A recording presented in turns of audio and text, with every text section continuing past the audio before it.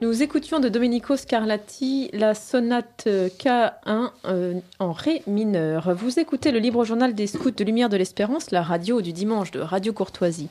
Je reçois Bernard Bonnejean, agrégé de lettres et spécialiste des écrivains catholiques du XIXe siècle. Je vous rappelle que ce libre journal est enregistré et que si vous souhaitez quand même poser des questions à notre invité, vous pouvez lui écrire à la radio 61 boulevard Murat dans le 16e et il se fera une joie de répondre à vos questions. Bernard Bonnejean, nous avons vu le contexte politique, littéraire, et puis comment finalement ce 19e siècle a basculé d'une religion esthétique à à l'expression, en tout cas une littérature d'expression plus dogmatique, avec des auteurs qui ont été convertis. Nous sommes pas loin de la journée de la femme, et j'aimerais reprendre la troisième partie de cette émission en lisant un poème de Marie-Noëlle, et vous nous raconterez après qui est Marie-Noëlle, son parcours, sa conversion et les apports qu'elle a eus, elle aussi, comment elle a contribué à ce renouveau catholique. Donc c'est un texte qui est issu des Chants de la Merci et qui s'intitule « Je ne sais pas ». Je ne sais pas ce que je possède, je ne sais pas où m'en alléger. Viens mon ami, accours à mon aide. Prends mal et bien, prends tout ce que j'ai. Un bonheur plein de telle détresse qu'il brisera la vie en mes mains. Un malheur plein de telle tendresse qu'il guérira les pires chemins. Je ne sais pas si je te courrouce, déshérité ou riche, te plaît ? Peut-être suis-je en pleurant plus douce qu'en souriant une autre ne l'est. Je ne sais pas, sache-le toi-même, si je te puis être cher ou non. Je ne sais pas si je vaux qu'on m'aime, je ne sais pas, je ne suis qu'un don. Alors là, on est aussi dans un thème chrétien. Votre poème est très bien choisi. Je vous remercie. C'est la traduction précise de ce qu'est Marie-Noëlle et de ce qu'est la poésie de Marie-Noëlle.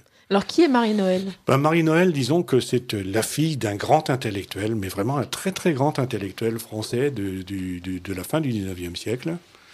Quelqu'un donc athée, bourgeois. Et Marie-Noëlle, tout commence par une histoire d'amour. De fait, non, j'allais dire c'est typiquement féminin, c'est ridicule, mais ça ressemble un petit peu à Charles d'Orléans.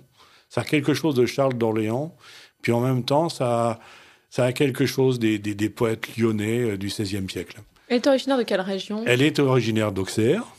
Et ce qui se passe dans sa vie, c'est un drame. Vraiment un drame assez horrible pour une femme. Je vais vous lire un passage et vous allez comprendre très très vite. C'est extrait de Les chansons qui ont été composées, qui ont été éditées après 1914, mais qui ont été composées alors qu'elle avait à peu près une vingtaine d'années, dans les années 1900-1910. Mon bien-aimé s'enfuit chercher l'amour, dès le matin parmi les fleurs écloses. Pour le trouver, il effeuillait les roses, couleur du soir, de l'aurore et du jour. Mon bien-aimé n'a pas trouvé l'amour. Je l'attendais pâle et grise lavande, et tout mon cœur embaumait son chemin. Il a passé, j'ai parfumé sa main, mais il n'a pas vu mes yeux pleins d'offrandes. Dans le poème que vous avez lu, il était question de don. Tout à fait.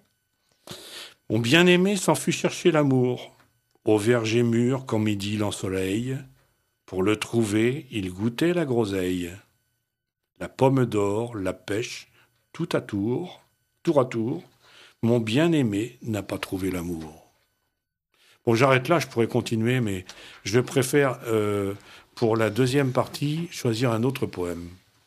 En fin de compte, Marie-Noëlle est amoureuse, comme toutes les jeunes filles, elle est amoureuse d'un jeune homme. Malheureusement, Marie-Noëlle est laide. Et ça, c'est un drame. Enfin, elle est laide. J'ai vu les photos de Marie-Noëlle, elle n'est pas si laide que ça. Mais disons que son père et sa mère ont eu tort de trop insister, comme le fera d'ailleurs la mère de Jean-Paul Sartre, sur une beauté soi-disant cachée, alors que, malheureusement, Et son bien-aimé, l'amour du bien-aimé n'est pas un amour partagé. C'est pour ça qu'elle dit dans ce poème « Mon bien-aimé n'a pas trouvé l'amour ». Or, c'est un mensonge. Parce que le bien-aimé a malheureusement trouvé l'amour, et l'amour de sa sœur. C'est-à-dire, il va tomber amoureux de la sœur de Marie-Noël.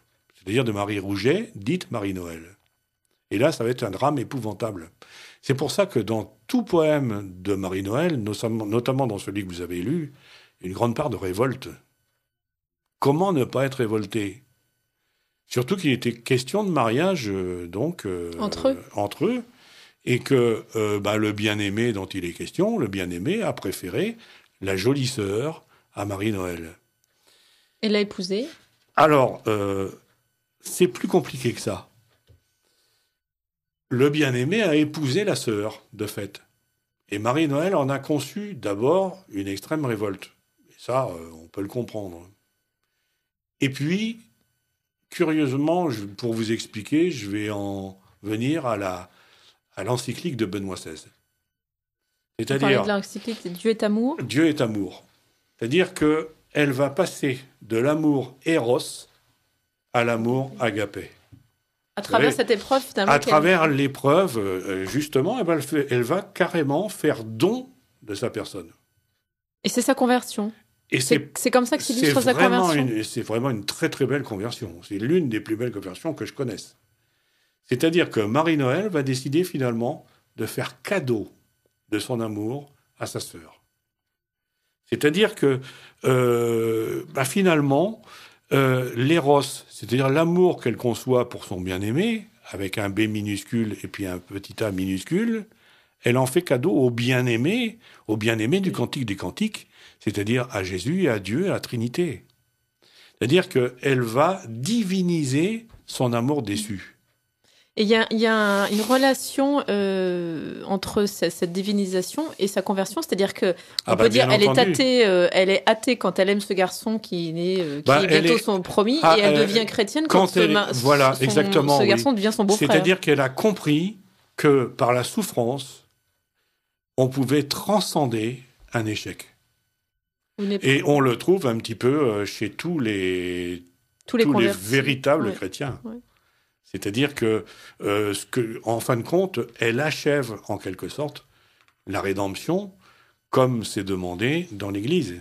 C'est-à-dire le Christ est venu pour racheter les péchés des hommes, mais certains théologiens, certains disent que c'est une rédemption en quelque sorte incomplète et que chacun des catholiques, des chrétiens, est amené à porter sa croix pour achever la rédemption du Christ.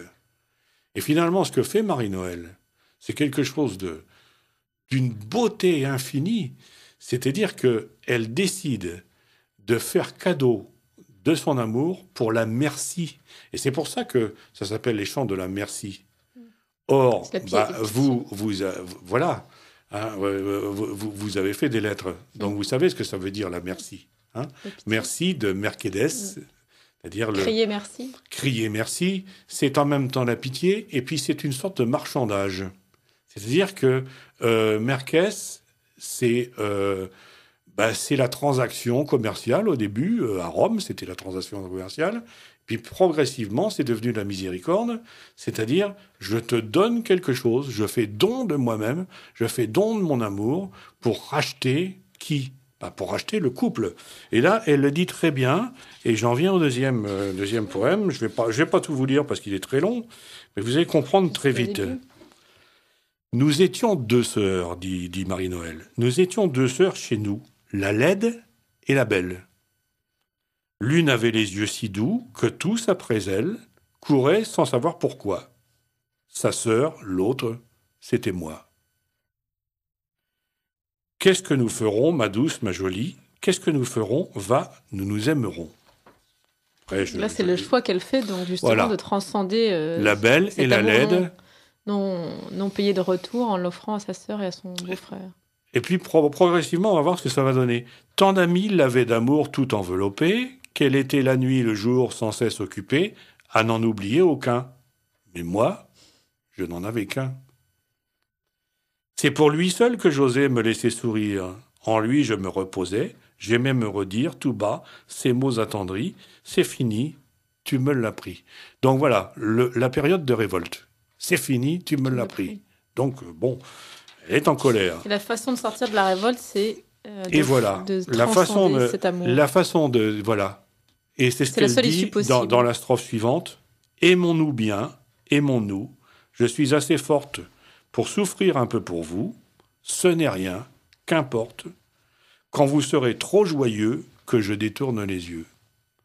Vous voir le cœur apaisé, j'y suis mal habile. Mais t'aimer le cœur brisé, ce m'est plus facile. Va peut-être aime-t-on mieux avec des pleurs dans les yeux. Ça, c'est à retenir c'est très beau, mais c'est magnifique. Va peut-être aime-t-on mieux avec des pleurs dans les yeux.